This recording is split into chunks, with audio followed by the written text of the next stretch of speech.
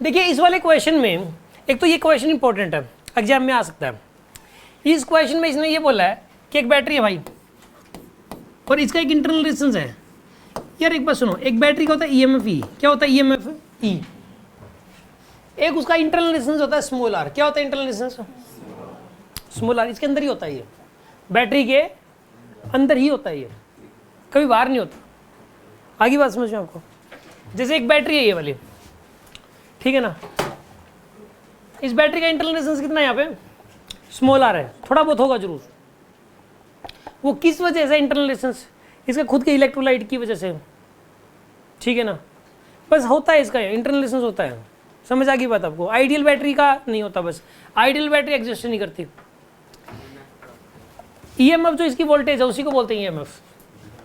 जैसे कि 1.5 वोल्ट की है तो इसका ईएमएफ कितना है यहाँ पे? 1.5 वोल्ट। वोल्टेज को ही क्या बोलते हैं? ईएमएफ। लेकिन जब आप इसको जोड़ दोगे ना, जब इसको आप जोड़ दोगे और इसमें से करंट चलना शुरू हो जाएगा, तो इंटरनल रेजिस्टेंस की वजह से ये 1.5 वोल्ट की तरह काम नहीं करती, ये काम करती है 1.4 वोल्ट की तरह। किसकी तरह काम करेगी? तो 1.4 वोल्ट क्या यहाँ पे वोल्टेज है और 1.5 वोल्ट भी वोल्टेज है। जब ये नहीं जुड़ी हुई थी तो वोल्टेज कितनी थी? 1.5। और जब जुड़ गई तो इंटरनल रेजिस्टेंस एक्टिवेट हो गया। इंटरनल रेजिस्टेंस एक्टिवेट नहीं हो गया क्या? तो फिर अब इसकी वोल्टेज कितनी होगी? वोल्टेज पहले जब ये नहीं जुड़ी हुई थी तो वोल्टेज कितनी थी? 1.5। और जुड़ने के बाद वोल्टेज कितनी होगी? वो जो 1.5 था ना, उसको ईएमएफ बोल सकते हो। इस 1.4 को ईएमएफ नहीं बोल सकते। बस आप यार बात समझ में आ रही कि नहीं आ रही आपको? समय के साथ जब ये पानी गंदा होता जाएगा ना तो इसका इंटरनल रेजिस्टेंस बढ़ता चला जाता है। समय के साथ साथ क्या होता है इसका इंटरनल रेजिस्टेंस? पानी इसलिए बदलना पड़ता है पानी, ठीक है ना। तो जब इंटरनल रेजिस्टेंस बढ़ जाएगा तो फिर उससे क्या होगा बताइए? वो 1.4 की जगह ये बैटरी कितना दिखाना शुरू कर देगी? 1.2। कितना दिखाना शुरू कर देगी? 1.2 दिखाना शुरू कर देगी। अब वोल्टेज कितनी होगी? 1.2। ईएमएफ अभी भी कितना है? 1.5 ही है। ईएमएफ अभी भी 1.5, जो ओरिजिनली बिना इंटरनल रेजिस्टेंस मान लो ना हो तो ये जितनी वोल्टेज होगी उसको क्या बोलते हैं हम लोग? ईएमएफ। आगे बात समझ में आपको? अब इसने जो है ना यहाँ पर, हाँ सुनो अब आप, 99% क्वेश्चंस में, कितने क्वेश्चंस में आइडियल बैटरी होती है। अभी पीछे जितने भी क्वेश्चंस किए सब में क्या थी? आइडियल बैटरी में इंटरनल रेजिस्टेंस होता ही नहीं। आइडियल बैटरी का इंटरनल रेजिस्टेंस क्या होता है? तो ईएमएफ और वोल्टेज हमेशा सेम रहेंगे, बैटरी जो जुड़ी हो चाहे ना जुड़ी हो। और 99% क्वेश्चंस में ईएमएफ और वोल्टेज को एक जैसा मान के चलते हैं, लेकिन दोनों होते अलग अलग हैं। ये कोई शक किसी को इस बात में? आपको पता लग गया ईएमएफ और वोल्टेज में फर्क? और ईएमएफ को वी को ई लिखते हैं। जैसे मैं बोलता हूँ single loop, single battery, single resistance हो तो करंट कितना चलता है इस केस में? या तो V/R बोल दो चाहे क्या बोल दो आप। भाई आइडियल बैटरी की बात हो रही है तो कुछ भी बोल दो, ई को वी बोल दो, वी को ई बोल दो। अब इस बात को लिख लो, आइडियल बैटरी केस में, in ideal battery E equal to V होता है। आइडियल बैटरी में क्या होता है? E equal to V. और इन रियल बैटरी क्या होता है? रुको, रियल बैटरी ने when battery is when real battery is not connected, real battery connected ना हो तो क्या हो जाएगा बताइए इस केस के अंदर? तब भी E इक्वल टू वी रहेगा। और जब रियल बैटरी कनेक्टेड नहीं है यार उसके दोनों एंड से तो क्या रहेगा? E equal to. और जब बैटरी डिस्चार्जिंग मोड में होती है, when real battery is in discharging mode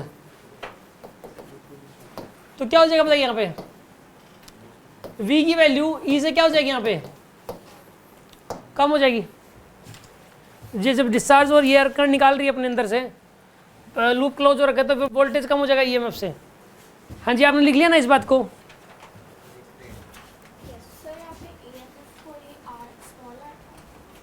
क्या कह रहे हो? ईएमएफ ईएमएफ कोई स्मॉलर का है? स्मॉलर इंटरनल रेजिस्टेंस है, ईएमएफ अलग चीज है। ईएमएफ वोल्टेज है, स्मॉलर इंटरनल अलग अलग है दोनों तो, ठीक है। अब सुनो, ईएमएफ है, ई इंटरनल रेजिस्टेंस स्मॉलर, ठीक। हमें दोनों ही नहीं पता, ना ईएमएफ पता ना इंटरनल रेजिस्टेंस पता इस क्वेश्चन में। एक बैटरी का ना तो हमें ईएमएफ पता ना इंटरनल रेजिस्टेंस पता। इसने ये बोल रहा अब ये इरेज कर देता हूँ मैं इसको ना। चार्जिंग मोड में वी पड़ जाता है इसका, 1.5 से भी ज़्यादा हो जाएगी है, 1.6 की तरह काम करती है। अगर मैं ये वाली बैटरी चार्जिंग मोड में आ जाए ना, यही वाली बैटरी, इसमें इसके अक्रॉस इससे भी बड़ी बैटरी लगा दूँ, इसके अक्रॉस इससे भी बड़ी बैटरी लगा दूंगा तो ये चार्जिंग मोड में आ जाएगी फिर। और चार्जिंग मोड में इसके अक्रॉस जो वी होगा ना वो ई से भी ज़्यादा हो जाता है, 1.6 हो जाएगा। ई तो उतना ही रहेगा, ई तो 1.5 जो ओरिजिनल है ना वही है, ई तो 1.5, ई नहीं चेंज हो सकता। ई तो कितना रहेगा, जब ये अकेली बैटरी हो जुड़ी हुई नहीं है तब होता है ई। तो समझ आ रही बात आपको। अब इस केस के अंदर अगर ये डिस्चार्जिंग मोड में होगा तो इसके अगर जो वी की वैल्यू है वो ई से कम हो जाएगी, और ये चार्जिंग मोड में होगा तो वी की वैल्यू ई से ज़्यादा हो जाएगी। और ना ये चार्जिंग मोड में ना डिस्चार्जिंग मोड में, करंट चल ही नहीं रहा तो ई इक्वल टू वी हो जाएगा। अच्छा, आइडियल बैटरी को जैसे मर्जी कर दो, ई इक्वल टू वी रहेगा, चाहे वो आइडियल बैटरी चाहे चार्जिंग मोड में हो चाहे डिस्चार्जिंग मोड में हो और चाहे टर्मिनल्स ओपन हो, उसके तीनों केस में ई इक्वल टू वी रहेगा। यार समझ में आ रहा है कि नहीं आ रहा? कुछ पूछना इस बारे में, मैंने जो बोला भी बढ़े आगे। एक बैटरी इसका ईएमएफ ये इंटरनल स्मॉल आ रहा है, इसके अक्रॉस 2 ओम जोड़ दिया, इसके अक्रॉस कितना ओम जोड़ दिया था ये। अब जब 2 ओम इसके अक्रॉस जोड़ा तो इसमें से करंट कितना निकला, 0.3 एम्पियर। कितना करंट निकला इसमें से, 0.3 एम्पियर।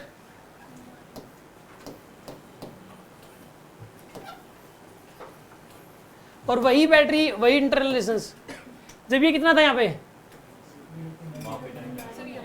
यहाँ 0.9 आएगा क्या, गलत कर दिया यार, 0.9 आएगा ये। यहाँ कितना आएगा, ये रेजिस्टेंस कितना है 7 ओम। ठीक है, अब इसके ऊपर केवीएल लगाओ की इक्वेशन बनेगी, इसके ऊपर भी केवीएल लगाओ की इक्वेशन बनेगी। दोनों इक्वेशन को सोल्व कर लो, ईएमएफ भी आ जाएगा, इंटरनल रेजिस्टेंस भी आ जाएगा। इसने तो सिर्फ इंटरनल रेजिस्टेंस पूछा है, इवन आप ईएमएफ भी बता सकते हो। कैसे बताओगे, सुनो आप, ये प्लस ये माइनस, करंट ऐसे गया तो ये प्लस ये माइनस, यहां से करंट गया ये प्लस ये माइनस, सोल्व करो कितना आएगा यहाँ पे,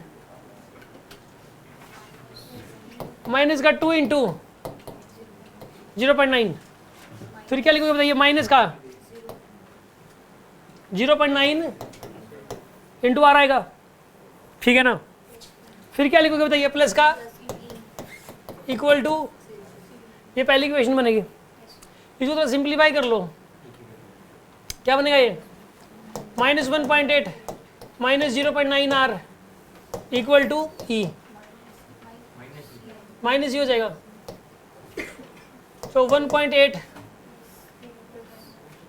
प्लस का 0.9 r is equals to e, ये बन गई पहली इक्वेशन। एक ही किसमें बनाओ यार, इसमें क्या इक्वेशन बनेगी, प्लस माइनस माइनस प्लस है, लगाओ आप, माइनस का 0.3 into 7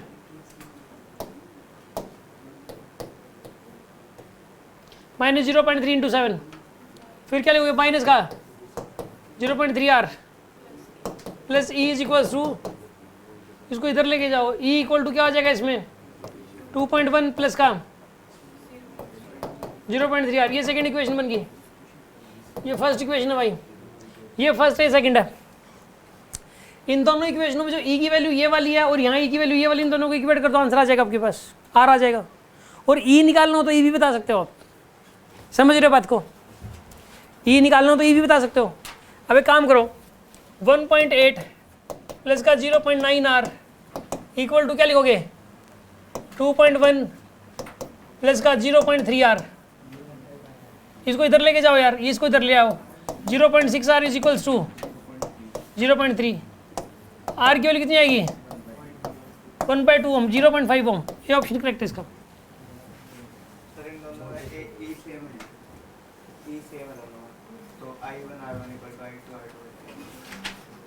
I1 R1 equal to I2 R2 कर देंगे, मतलब V इक्वल टू I रखते हैं।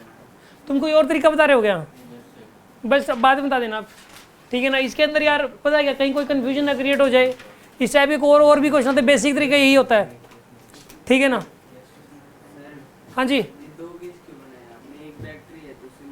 दोनों पैरेलल में लगा दो। हाँ कर लो, आप उसे कर लो, ठीक है ना। सुनो आप ध्यान से यार, आप ना फालतू इसमें सोचो, इसमें भाई एक आधा बच्चा सोच सकता है, सोच लेना, बाद में लग के डिस्कशन कर लेना। इसने सीधा ऐसा ये बोला, ये कईयों को तो क्वेश्चन ही समझ नहीं आता, फिर ये मन में डाउट आ जाएगा पैरेलल में क्यों जोड़ दिए, ठीक है ना। आप सीधी सी बात, इसने पता क्या बोला है, पहले क्वेश्चन समझ लो। एक बैटरी है ई और इंटरनल स्मॉल आर, इसके अक्रॉस अगर जब जोड़ दिया 2 ओम, कितना जोड़ दिया इसके अक्रॉस, तो करंट चला 0.9 एम्पियर पूरे लूप में। पूरे लूप में कितना करंट चला 0.9। फिर अब इसको हटा दिया 2 ओम को, 2 ओम को कितना रख दिया, 7 ओम जोड़ दिया। अब कितना जोड़ दिया, 7 ओम जोड़ते ही कितना करंट चला 0.3 एम्पियर। करंट तो चेंज होगा ही यार। अब मैं कोई 7 ओम को हटा के कोई और रेजिस्टेंस जोड़ूंगा तो करंट कुछ और चलेगा। फिर समझ आ रही है बात आपको। एक बार तो ये जो बैटरी थी, ये एक बैटरी है और ये इंटरनल रेजिस्टेंस है ईएमएफ ई, इंटरनल रेजिस्टेंस मोलर, इसके अक्रॉस ये कह रहा है, इसके अक्रॉस एक बार तो जोड़ दिया 2 ओम, तो लूप एक लूप बन गया और उस लूप में करंट चला इतना। और एक बार इस बैटरी के अक्रॉस जोड़ा 7 ओम और 7 ओम जोड़ के करंट चला 0.3 एम्पियर, ठीक है। 2 लूप बनाए अलग अलग, तो 2 इक्वेशन बन गई केवीएल से। तो वहां से आप ईएमएफ भी बता सकते हो, इंटरनल रेजिस्टेंस भी बता सकते हो। ये सबसे आसान और सिंपल तरीका है, सीधे सीधे शब्दों में है, कहीं कुछ घुमा फिरा के कोई कुछ नहीं है। और किसी भी तरीके से करोगे तो टाइम का कोई खास फर्क नहीं पड़ने वाला, टाइम तो इतना ही लगेगा, जो मर्जी ट्रिक ढूंढ लो आप।